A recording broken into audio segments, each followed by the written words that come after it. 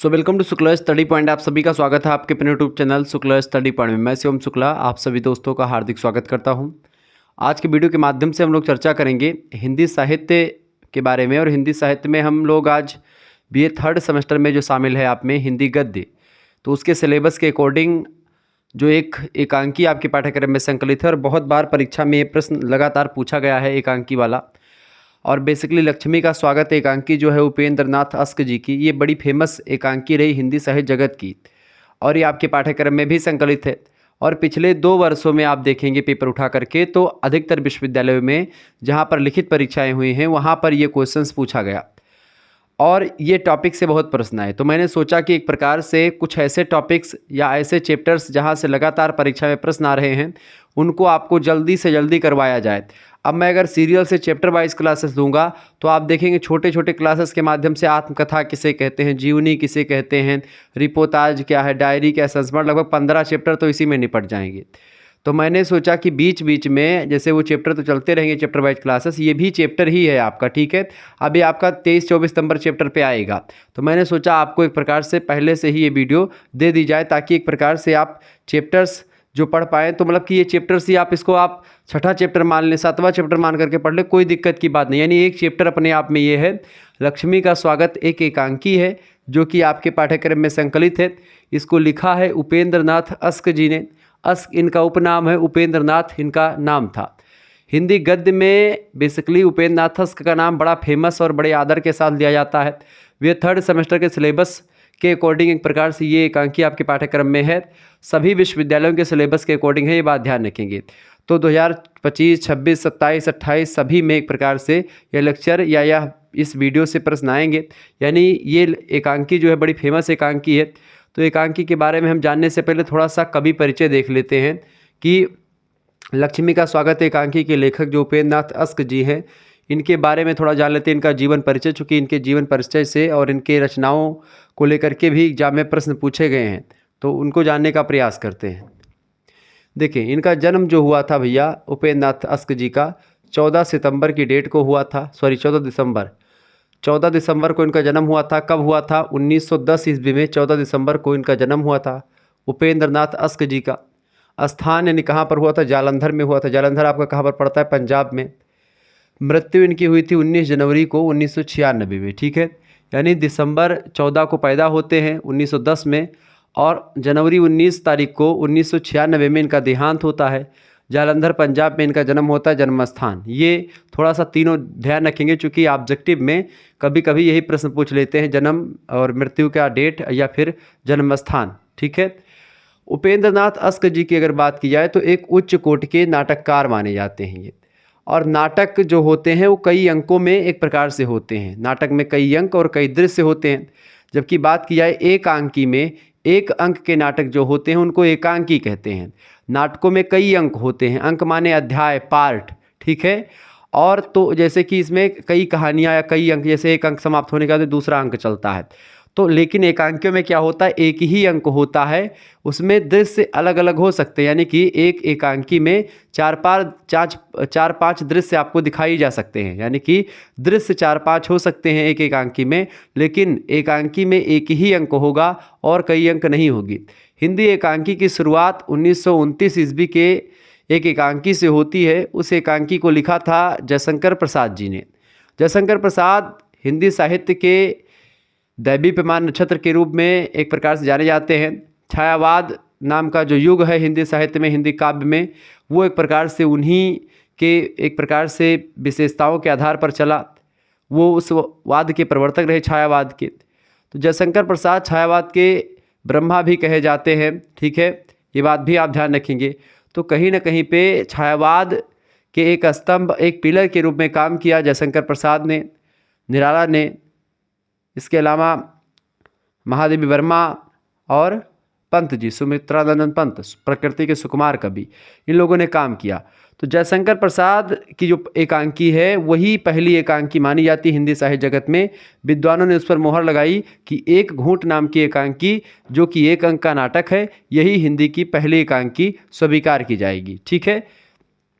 तो उपेंद्र नाथ अस्क ये एक उच्च कोटि के नाटककार हैं, और जो व्यक्ति नाटककार होता है वह एकांकी भी लिख सकता है। एकांकी और नाटक की जो विशेषताएं हैं या काव्य कला के जो तत्व हैं वो समान ही होते हैं। जैसे कि हिंदी में हिंदी कहानी और हिंदी उपन्यास दोनों की विशेषताएं सेम होती हैं। यानी हिंदी कहानियों की जो कला के तत्व होते हैं, यानी कौन कौन से फैक्टर्स, जैसे कहानियों में आप देखते हैं कथानक होता है, कथोपकथन यानी कि कुछ कथन निष्कर्ष मतलब कथन होता है कि डायलॉग होते हैं। तीसरी बात, उसमें कुछ चरित्र चित्रण होते हैं, यानी पात्र योजना होती है। इसके अलावा उसकी भाषा और शैली होती है अपनी। इसके अलावा कुछ उद्देश्य को ध्यान में रख करके कहानियाँ लिखी जाती हैं। इसके अलावा कहानियाँ किस वातावरण की, यानी देश काल वातावरण से रिलेटेड होती है, वो भी मैटर करता है। और इसके अलावा कहानियाँ एक प्रकार से जो है वो किस धरातल पर है, डायलॉग वगैरह तो हो ही गया। तो इस तरीके से कहानी में यही सब चीज़ें शामिल होती। तो 6 या 7 तत्व होते कहानी कला के। ऐसे ही उपन्यास कला के भी 6-7 तत्व होते हैं, ठीक है। यानी उपन्यास जो है वो बड़ा होता है और कहानी छोटी होती है। ठीक इसी प्रकार से नाटक बड़ा होता है और एकांकी छोटी होती है। लेकिन उपन्यास बहुत बड़ा होता है और कहानियाँ बहुत छोटी होती। कहानी 20 मिनट में पढ़ करके आप ख़त्म कर देते हैं, और उपन्यास को पढ़ने में आप 2 से 3 दिन का समय भी ले सकते हैं, 4 दिन 10 दिन का समय ले सकते हैं, क्योंकि कोई कोई उपन्यास हिंदी साहित्य के 300-300 पेज में लिखे गए हैं, ठीक है। आप देखेंगे मुंशी प्रेमचंद के उपन्यासों को, तो वो एक प्रकार से बड़े लंबे लंबे उपन्यास रहे हैं। तो जैसे उपन्यास और कहानी का संबंध है, ऐसे ही नाटक और एकांकी का संबंध है। अब आपको क्लियर हुआ होगा कि एकांकी और नाटक में क्या डिफरेंस होता है। तो जो व्यक्ति नाटककार होगा वह उपन्यास मतलब कि वह एक प्रकार से कहानी भी लिखे, मतलब एकांकी भी लिखेगा। और ज़रूरी है कि जो नाटककार हो वो एक कहानीकार भी हो सकता है, ठीक है। मतलब ये कोई ज़रूरी नहीं है। हालांकि जो नाटक लिख सकता है वो कहानियाँ भी लिख सकता है, निबंध भी लिख सकता है, उपन्यास भी लिख सकता है। इनके एकांकी यथार्थवादी पृष्ठभूमि पर आधारित है। यानी कि जो इनके एक अंक वाले नाटक हैं, एकांकी हैं, वो रियलिज्म पर काम करते हैं, यथार्थवाद पर काम करते हैं। यथार्थवाद क्या है? यथार्थवाद से तात्पर्य यहाँ पर यह है कि ये एक प्रकार से जो भी कहानियाँ जो भी इनके एकांकी या नाटक होते हैं वो एक प्रकार से यथार्थवादी होते हैं। मतलब कि जो है वही बताते हैं, और उसको एक प्रकार सच्चाई को एकदम से तह तक जा कर के सच्चाई को उकेरने का काम, सच्चाई को समाज के समक्ष लाने का काम करते हैं उपेंद्र नाथ अस्क जी, ठीक है। अस्क के एकांकी जनमानस के हृदय को छू लेने वाले एकांकी हैं। यानी कि ऐसे एकांकी हैं जिनको पढ़ने से आपको लगेगा कि ये हमारे समाज की ही कहानी है, हमारे समाज की ही घटना है, जिसको एकांकी के रूप में पिरोया गया है। जैसे इनका जो लक्ष्मी का स्वागत एकांकी है, अभी जब आप इसको पढ़ेंगे तो उसमें आपको लगेगा कि ये तो हमारे अगल बगल की ही कहानी है, हमारे अगल बगल में ही ऐसी घटनाएं घट रही होती हैं जो कहानियों में एक प्रकार से या एकांकियों में इन्होंने पिरोया है। कुल मिलाकर के उसको साहित्यिक शैली दी है। ये एकांकियाँ भले ही अति साधारण सी प्रतीत होती रही हैं इनकी, लेकिन अस्क जी की लेखनी का स्पर्श पा करके प्रभाव उत्पादक एकांकी के रूप में पाठक के सामने आती हैं। लक्ष्मी का स्वागत एकांकी, जहाँ एक तरफ आप देखते हैं कि एक तरफ पीड़ा है, व्यक्ति के अंतर मन में अपनी स्त्री को खोने का एकदम से दुख है, उसकी कन्या बीमार, उसका लड़का जो है वो बीमार है।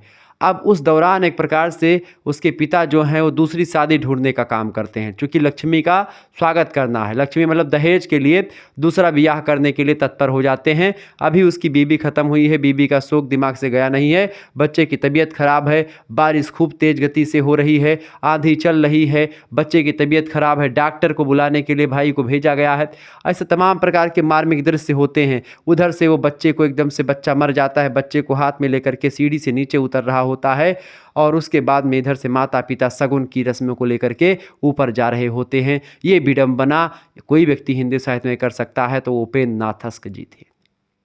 अभी लक्ष्मी का स्वागत एकांकी मैं आपको पढ़ा कर सुनाऊंगा, आपको मैं बताऊंगा कि उसमें उसका सारांश क्या है, पूरा का पूरा कहानी आपको समझा दूंगा। वहां से कोई भी प्रश्न आज के बाद में पूछा जाएगा तो आप आसानी से कर पाएंगे। अस्क का पहला एकांकी जो रहा है उसका नाम है पापी। सन 1937 ईस्वी में विशाल भारत नाम की पत्रिका प्रकाशित होती थी। इसी विशाल भारत नाम की पत्रिका में 1937 ईस्वी में अस्क जी की, उपेंद्र नाथ अस्क जी की पहली एकांकी, जिसका नाम था पापी, पापी शीर्षक से प्रकाशित होती है, जो कि एक सामाजिक एकांकी थी। यानी कि समाज के मुद्दों को ध्यान में रख करके लिखी गई एकांकी थी। इनके द्वारा लिखे गए एकांकियों में और भी एकांकी है, जैसे कि आपके पाठ्यक्रम में संकलित है एकांकी लक्ष्मी का स्वागत, ये भी एक सामाजिक एकांकी की श्रेणी में ही आती है। इसके अलावा इसमें एक मार्मिक सुख और दुख, एक ही घर में आप देखेंगे कि 2 प्रकार की मानसिकता किस तरीके से रहती हैं उसको दिखाने का काम किया गया लक्ष्मी के स्वागत में। इसके अलावा पापी, मोहब्बत, जोंक, स्वर्ग की झलक, अधिकार का रक्षक, आपस का समझौता, चरवाहे, देवताओं की छाया में, खिड़की की अंधी गली, ये सब एकांकियाँ उपेंद्र नाथ अस्क जी ने लिखी और बहुत ही बारीकी के साथ इसमें हर मुद्दों को दिखाने का काम इन्होंने किया। यानी इनकी एकांकियाँ जो हैं वो एकदम से सरल और सहज जरूर प्रतीत होंगी आप पढ़ेंगे तो, लेकिन उनके जो मुद्दे होंगे वो बिल्कुल एकदम से प्रवाहमयता की ओर होंगे। वो लगेगा कि ये आपकी कहानी, आपकी घटना चल रही है। अस्क जी के व्यक्तित्व और कृतित्व, यानी व्यक्तित्व माने उनकी जो पर्सनालिटी है और उनका जो रचना संसार है, उस पर साहित्यकारों के कुछ कथन इस प्रकार से हैं। साहित्यकारों ने, आलोचकों ने किस तरीके के विद्वान की कैटेगरी में इनको रखा है, आइए उसको जानने का प्रयास करते हैं। एक बार सभी दोस्तों से निवेदन है कि वीडियो को लाइक कर दीजिएगा, चैनल पर अगर नए हैं तो सब्सक्राइब जरूर कर दीजिएगा। चले, पहले विद्वान है डॉक्टर राम कुमार वर्मा। डॉक्टर राम कुमार वर्मा हिंदी साहित्य के बड़े अच्छे विद्वान माने जाते हैं। इन्होंने कहा इनके बारे में, उपेंद्र नाथ अस्क जी के बारे में, कि समस्या को छू करके उसे सजीव बनाने की क्षमता अगर किसी में है हिंदी साहित्य में, तो वो एक प्रकार से उपेंद्र जी में है। उपेंद्र नाथ अस्क जो है वो किसी समस्या को छूते हैं और उस समस्या को सजीव बना देते हैं। उस समस्या से जो है सरोकार करवा देते हैं पूरे के पूरे समाज को। पूरे के पूरे समाज उस समस्या को जानने लगता है और समस्या के बारे में एकदम से कोई एक प्रकार से गलत चीज़ें नहीं, मतलब समस्या को अच्छे तरीके से लोग समझ पाते कि क्या समस्या है। समाज के लोग जब पढ़े लिखे नहीं होते तो वो ये नहीं जान पाते कि क्या चीज़ें समस्या है और क्या चीज़ें एक प्रकार से परंपरा है। तो कभी कभी क्या होता है कि परंपराएं भी किसी किसी को समस्या लगने लगती हैं, किसी किसी को अच्छी लगने लगती हैं। तो क्या परंपरा, क्या समाज, क्या रीति रिवाज, क्या समस्या है, इन सभी में एक प्रकार से जो है अलगाव लाने का काम ये करते हैं। मोहन राकेश जी, जो कि एक हिंदी के बड़े नाटककार माने जाते हैं, इन्होंने कहा कि अस्क उन नाटककारों में से हैं जो नाटक लिखते ही नहीं हैं, नाटकीय ढंग से जीते भी हैं। यानी वो नाटक लिखते भी हैं, मतलब केवल नाटक लिखते नहीं हैं, वो नाटकीय ढंग से खुद जीते भी हैं, ऐसा इन्होंने कहा मोहन राकेश जी ने। ठीक है, इसके बाद में अगले विद्वान है जगदीश चंद्र माथुर जी। जगदीश चंद्र माथुर उपेंद्र नाथ अस्क के विषय में कहते हैं कि प्रसाद के बाद, जयशंकर प्रसाद के बाद हिंदी नाटक को जो नई दिशा में उत्थान हुआ, उसमें उपेंद्र नाथ अस्क जो है एक प्रकार से बहुत योगदान देते हैं और एक स्तंभ के रूप में माने जाएंगे प्रसाद जी के बाद। यानी प्रसाद के नाटकों के बाद में एक नई गति, एक नई दिशा देने का काम हिंदी एकांकी और नाटकों को जो किसी ने दिया तो वो थे उपेंद्र नाथ अस्क जी। इसके अलावा अगले विद्वान हैं डॉक्टर रामचरण महेंद्र जी। इन्होंने एक प्रकार से इनके बारे में कहा कि अस्क जो है, उपेंद्र नाथ अस्क, ये एक कुशल टेक्नीशियन भी हैं, यानी कि टेक्नोलॉजी इनको आती थी। प्रत्यक्ष अथवा परोक्ष प्रतीकों की सहायता से वे अपनी विषय वस्तु के ताने बाने सुलझाते हैं। यानी कि एक प्रकार से वे जो समाज के मुद्दे हैं उनको बहुत ही बारीकी के साथ और बहुत ही अच्छे तरीके से उसको सजीव बना करके प्रस्तुत करने में सक्षम है। अस्क जी की लेखन कला प्रौढ़ है, भाव जगत व्यापक है इनका। इन्होंने उपन्यास भी लिखा है, कहानियाँ भी बहुत सारी लिखी, नाटक भी लिखा, एकांकी लिखी, संस्मरण भी लिखे हैं आदि। लगभग सभी गद्य विधाओं पर साहित्यकार लेखनी चलाई इन्होंने, अब साहित्यकार ने लेखनी चलाई। अस्क जी के एकांकी मुख्यतः सामाजिक एकांकी हैं, सामाजिक मुद्दों को लिख करके सामाजिक समस्याओं पर लिखे गए हैं, लेकिन उनकी दृष्टि यथार्थवादी है। यानी कि समाज की जो समस्याएं हैं उनको सही सही समाज के समक्ष दर्शाना एक प्रकार से इनके एकांकियों का मुख्य उद्देश्य रहा। हिंदी में यथार्थवादी एकांकियों का लेखन अस्क जी के एकांकियों से ही प्रारंभ हुआ। अस्क जी ने निम्न माध्यम से या निम्न मध्यम वर्गीय जीवन का चित्रण बड़ी सूक्ष्मता के साथ किया है। यानी ऐसे समाज के लोग जो कि एक प्रकार जिनके पास जो है निम्न वर्ग के हैं, मध्यम वर्ग के खाते पीते घर से हैं, उनके मन में उनके, जैसे कि ये भी एक निम्न मध्यम वर्गीय कहानी ही है, लक्ष्मी का स्वागत। ठीक है, निम्न मध्यम वर्गीय की कहानी है और इसमें आप देखेंगे भी पूरी चीज़ें मैं आपको समझाऊंगा। अस्क जी एक सफल और कुशल एकांकीकार हैं। उनके एकांकी जीवन को अति साधारण और परिचित समस्याओं एवं घटनाओं पर आधारित होते हैं। बिना कल्पना का आश्रय लिए मन में उतर जाते हैं ये अस्क जी। निसंदेह हिंदी गद्य की विविध विधाओं पर अपनी लेखनी चला करके अस्क जी ने हिंदी साहित्य भंडार में श्री वृद्धि ही की है, यानी कि हिंदी साहित्य संसार को और आगे बढ़ाया है इन्होंने। अब थोड़ा सा जो आपके पाठ्यक्रम में एकांकी संकलित है, एक अंक का नाटक है लक्ष्मी का स्वागत। लक्ष्मी का स्वागत जो एकांकी है इसके बारे में जान लेते हैं। लक्ष्मी का स्वागत एकांकी की बात करें तो इसमें पाठ का सारांश कुछ इस प्रकार से है। इसमें सबसे पहले हम पात्र योजना को समझ लेते हैं कि आखिरकार पात्र योजना इसकी क्या है, फिर इसके बाद में आगे हम चीज़ों को चर्चा करेंगे। ठीक है, देखिए लक्ष्मी का स्वागत एकांकी कुछ इस तरीके से है। इसमें पात्र परिचय सबसे पहले समझ लें। इसमें क्या होता है, इसमें देखिए महोदय, इसमें देखिए सबसे पहला इसमें पात्र होता है रोशन।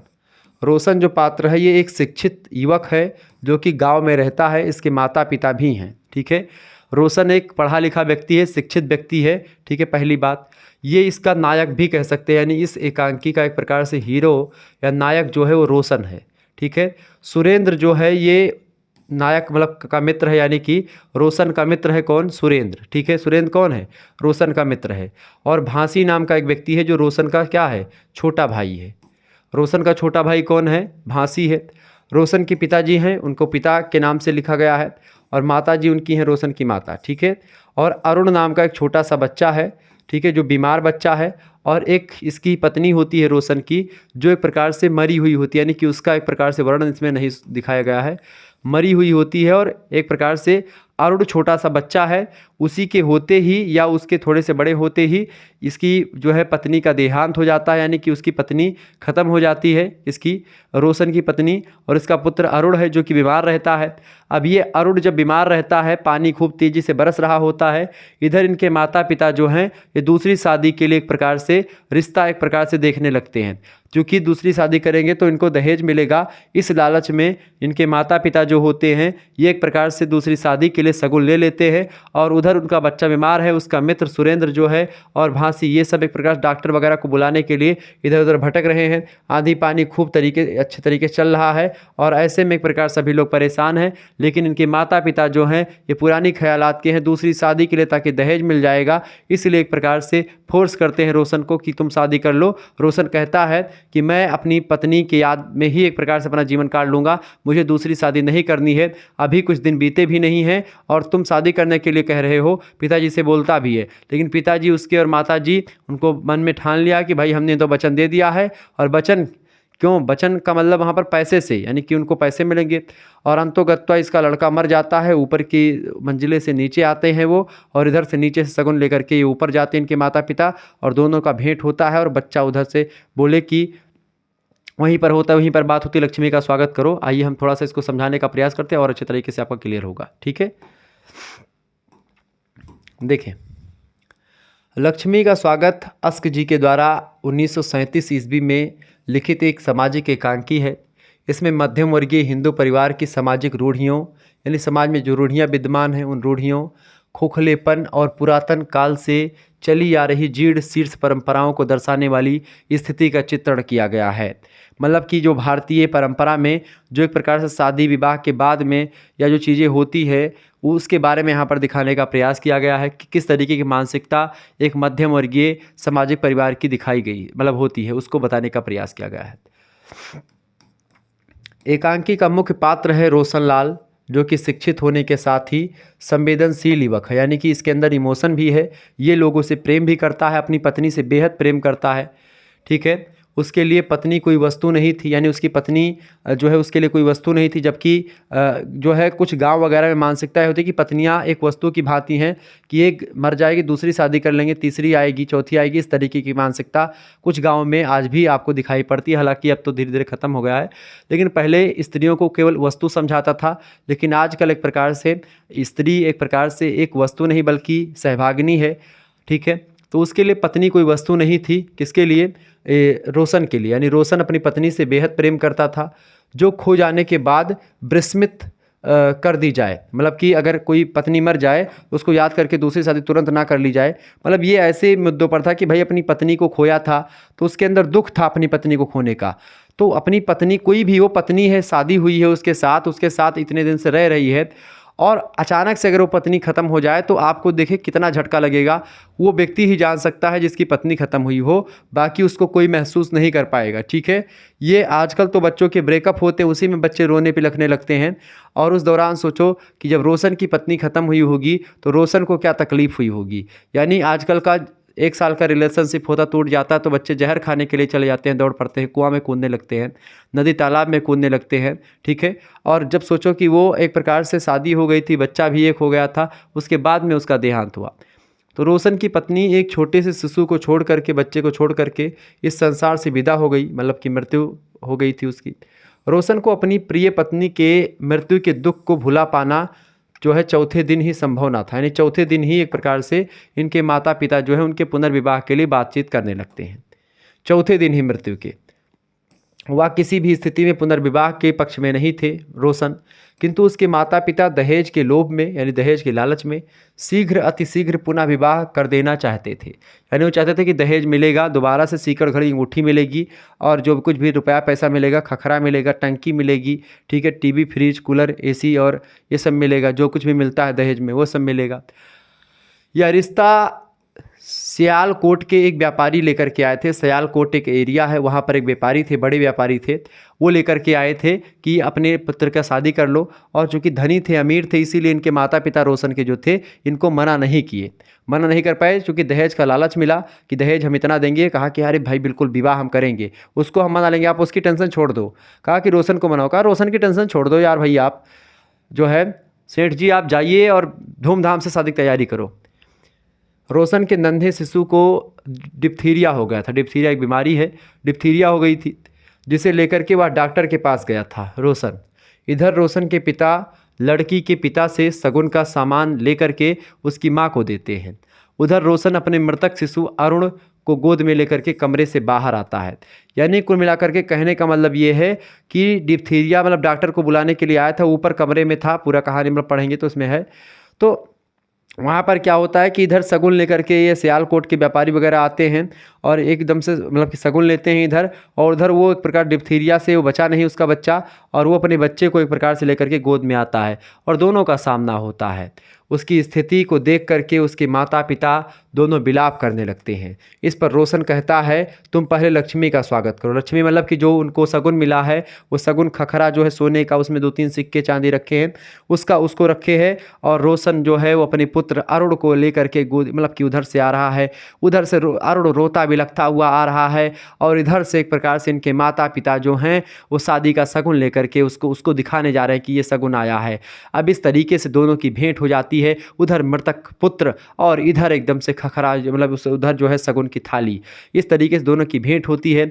माता पिता बिलख बिलख कर रोने लगते हैं कि करहि बिलाप अनेक प्रकारा, परहि भूमि तल बारहि बारा, ठीक है। इस तरीके से रोना चिल्लाना शुरू हो जाता है, बिलाप नाना प्रकार से होने लगता है। रोशन गुस्से में आता है। रोशन कहता है पिताजी से अपने कि पिताजी माताजी पहले तुम लक्ष्मी का स्वागत करो, यानी कि रुपया पैसा का स्वागत कर लो और उसी के स्वागत में नाचो गाओ बाजे बजाओ। यही इस एकांकी का व्यंग है।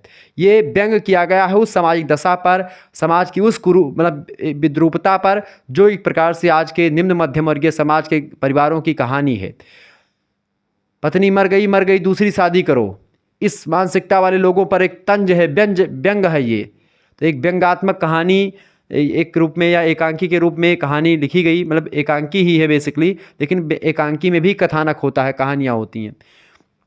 तो यहाँ पर वो एकांकी में अपने पिता से रोशन कहता है कि तुम पहले लक्ष्मी का स्वागत कर लो और उस स्वागत में नाचो गाओ और बाजे बजाओ। यही इस एकांकी का व्यंग है। इसीलिए इस कहानी का जो मतलब इस एकांकी का जो शीर्षक रखा गया वो रखा गया लक्ष्मी का स्वागत, ठीक है। क्योंकि इससे बेटर शीर्षक मेरे हिसाब से और कोई नहीं रख सकता था इस कहानी या इस एकांकी का जो शीर्षक है लक्ष्मी का स्वागत, यही होना चाहिए। तो पूरी की पूरी कहानी यही में समझ जाती है। ज़्यादा लंबा अंक नहीं है, एक ही अंक में 2-3 दृश्य हैं और उसी में समाप्त हो जाती है ये एकांकी, ठीक है। तो ये लक्ष्मी का स्वागत एकांकी है। लक्ष्मी का स्वागत सामाजिक जीवन की विद्रूपताओं विसंगतियों पर लिखा गया एक गंभीर एकांकी है। आजकल मध्यम वर्ग के लोग किसी प्रकार दहेज रूपी दानों के शिकार होते जा रहे हैं। पुत्र की पीड़ित और आहत भावनाओं की भी उसे चिंता नहीं है। धन लोलुपता के कारण मृत लक्ष्मी की चिंता ना करके आने वाली लक्ष्मी का स्वागत करने के लिए तैयार है। लक्ष्मी का स्वागत पूंजीवादी मनोवृत्ति को दर्शाने वाला एक सामाजिक एकांकी है, जो एक प्रकार से बताया गया है। यहाँ पर लक्ष्मी का स्वागत एकांकी के पात्र परिचय जो दिया था, मैंने आपको समझा था, पात्र परिचय पूछेगा तो ये आप लिख देंगे पूरा का पूरा। इसके अलावा कुछ और प्रश्न अगर आपसे बने, जैसे कि यहाँ पर एक आध प्रश्न और पिछले वर्ष पूछे गए थे, उनको बारे में भी मैं बता दूँ आपको। देखें, प्रश्न आपसे बन सकता है कि अभिनेता की दृष्टि से लक्ष्मी का स्वागत एकांकी की समीक्षा कीजिए। अभिनेता मतलब कि क्या होता है, अभिनय की दृष्टि से या एक्टिंग के दृष्टिकोण से अगर देखें तो ये एकांकी कहाँ तक सफल है।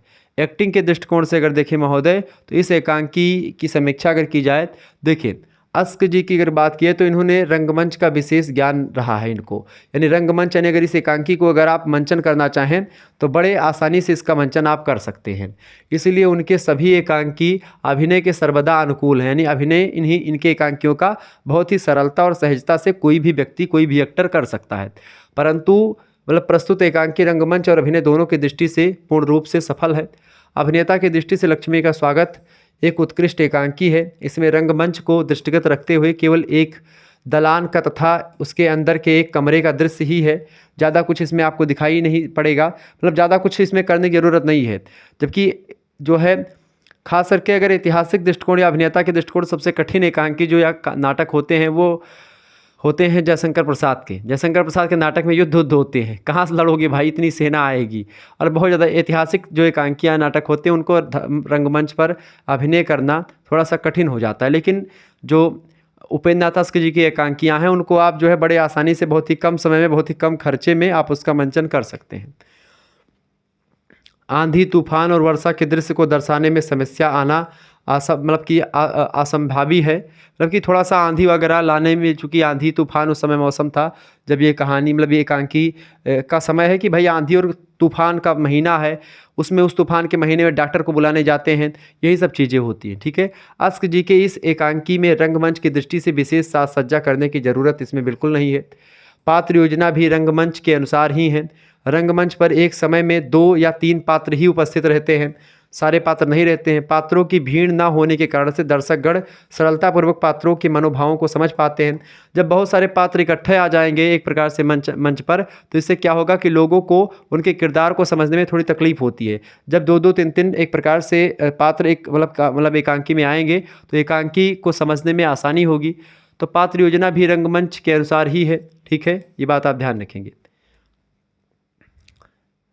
अगर आगे देखिए थोड़ा सा, तो अभिनय में क्या होता है, अभिनय में संवाद या कथोपकथन का विशेष महत्व होता है, और इस दृष्टि से प्रस्तुत एकांकी के संवाद सरल है, यानी कि जो डायलॉग है वो सरल हैं, संक्षिप्त हैं, छोटे छोटे हैं ताकि सभी लोग बोल पाएँ, रोचक है, सरस है, प्रवाहमय है तथा कथा के अनुरूप ही है, यानी जिस तरीके से कहानी आगे बढ़ती है उसी तरीके से इसमें डायलॉग डिलीवरी भी उसी तरीके से दी गई है। संवादों के माध्यम से पात्रों के चरित्र, मनोभाव और संघर्ष को प्रदर्शित करने में एकांकीकार पूर्ण रूप से सफल हुआ है। निष्कर्ष रूप में कहा जा सकता है कि अभिनेता की दृष्टि से लक्ष्मी का स्वागत जो एकांकी है एक सफल एकांकी है। हालांकि लक्ष्मी के स्वागत के ही विषय में ही ऐसा नहीं कह सकते, आप बाकी एकांकियों के बारे में भी ऐसा कह सकते हैं, यानी कि हिंदी के जितने भी एकांकी हिंदी में लिखा इन्होंने क्या नाम है इनका, उपेंद्र नाथ अस्क जी ने। तो उपेंद्र नाथ अस्क जी के एकांकी संग्रहों की अगर बात की जाए तो उपेंद्र नाथ अस्क के एकांकियों में तो ये एक प्रकार से अभिनेता की दृष्टि से ही नहीं बल्कि रंगमंचीय दृष्टिकोण से भी देखेंगे तो ये एक प्रकार से पूर्ण रूप से एक सफल एकांकी है। इनकी सारी एकांकियाँ ऐसे ही सफल हैं अभिनेता और रंगमंचीयता की दृष्टि से। ठीक है, आगे देखेंगे अगला क्वेश्चन आपकी स्क्रीन पर पूछा जा सकता है, ये भी प्रश्न इंपॉर्टेंट है, इसी एकांकी से रिलेटेड है। मैंने कहा एक आध 2 प्रश्नों को भी रख दे जो कि इंपॉर्टेंट हो, परीक्षा में आ सकने वाले हों। देखें, क्या आप रोशन के पिता के विचारों से सहमत हैं?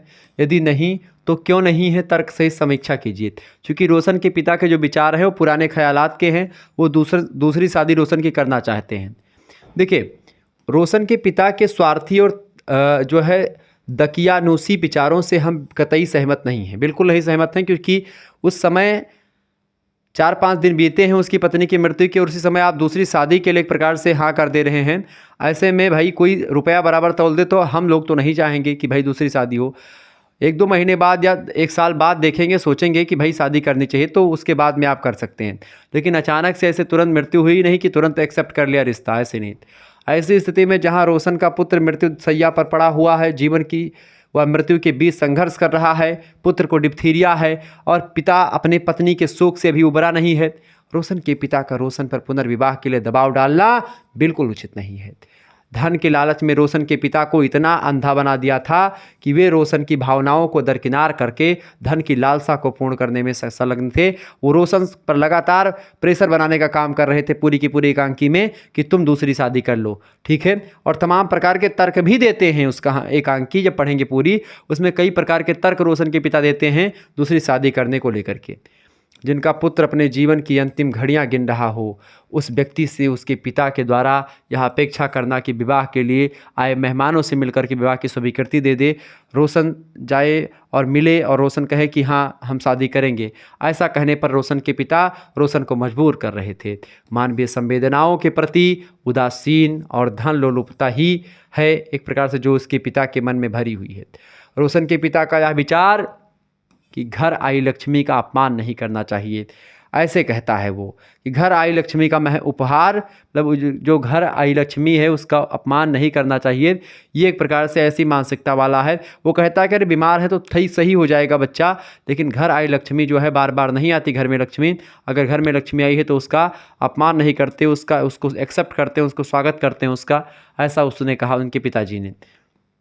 उनकी तुच्छ और स्वार्थी मनोवृत्ति को ही प्रकट करता है ये एक प्रकार से कि भाई वो लक्ष्मी इस समय इस सिचुएशन में लक्ष्मी के स्वागत पर ज़्यादा फोकस कर रहा है और उसका जो नाती है वो बीमार है और उसका पुत्र जो है वो अभी एक प्रकार से उबरा नहीं है शोक संध्या से, ठीक है, अपनी पत्नी के याद में एक प्रकार से परेशान है। क्या लक्ष्मी का स्वागत अरुण के जीवन से अधिक महत्वपूर्ण था? ये क्वेश्चन मार्क लगता है इस एकांकी पर और उसके पिताजी के उस एक प्रकार से मनोवृत्ति पर, उस सिचुएशन पर कि क्या एक व्यक्ति इतना गिर सकता है कि वो अपने पुत्र के शोक को नहीं देख पाता, अपने नाती की बीमार सिचुएशन को नहीं समझ पाता, वो केवल लक्ष्मी के स्वागत की चिंता करता है। तो एक प्रश्न है कि क्या लक्ष्मी का स्वागत अरुण के जीवन से अधिक महत्वपूर्ण था? बिल्कुल नहीं। लक्ष्मी का स्वागत ये बाद में देखा जाता कि क्या विवाह होगा क्या नहीं होगा, पहले अपने पुत्र के पास जा करके बैठ करके बेटा क्या हुआ, परेशान ना हो, सब्र करो, समझाना चाहिए बच्चे को। संभवतः नहीं, क्योंकि जीवन प्रत्येक दृष्टि से धन से अधिक महत्वपूर्ण होता है और जीवन अगर रहेगा, लाइफ अगर रहेगी तो दुनिया में बहुत सारे धन आप कमा पाएंगे, ये बात ध्यान रखेंगे। तो इस तरीके से चीज़ें हुई समाप्त। अगर आपको कोर्स वगैरह लेना है तो आप कोर्स ले सकते हैं। 91 61 93 60 62 ये मेरा व्हाट्सअप नंबर है, इसी पर आपको एसएमएस करना है। अगर हिंदी का कोर्स आपको चाहिए तो तुरंत एसएमएस करिए। हिंदी नहीं बल्कि सारे सब्जेक्ट का कोर्स अब उसी 100 रुपये में ही करवाया जा रहा है, तो आप सभी सब्जेक्ट की कोर्सेस यहाँ पर क्लासेस देख पाएंगे। आप एसएमएस करें 91 से 93 60 62 पर और तुरंत ज्वाइन हो जाएँ। अभी जल्दी से जल्दी ज्वाइन होंगे उतना ही फ़ायदा आपका होगा और इसकी सबकी पीडीएफ आपको मिलती रहेगी। तो फटाफट से आप लोग ज्वाइन हो जाएं, जितने देर करेंगे उतने आपका एक प्रकार से नुकसान होगा। तो जल्दी से जल्दी आप लोग सभी लोग ज्वाइन हो जाएं। मात्र 100 रुपये में आपको पूरा का पूरा कोर्स दिया जाएगा, ठीक है, हिंदी का और बाकी सब्जेक्ट का भी, ठीक है। इसमें को करिकुलर का कोर्स भी इंक्लूड कर दिया गया है, यानी कि human values and environmental studies की भी वीडियोज़ यहाँ पर आपको मिलेगी। बीए की परीक्षा में नोट्स वगैरह को लेकर के ये वीडियो बनाई है मैंने, तो आप इसको भी देख लीजिएगा। मिलेंगे फिर नेक्स्ट वीडियो में, तब तक के लिए जय हिंद जय भारत। आप सभी का बहुत बहुत धन्यवाद हमारे साथ जुड़ने के लिए। इसी प्रकार से अपना प्यार बनाए रखेंगे। वीडियो को लाइक कर दीजिएगा, चैनल पर अगर नए हैं तो सब्सक्राइब जरूर कर दीजिएगा। बहुत बहुत धन्यवाद।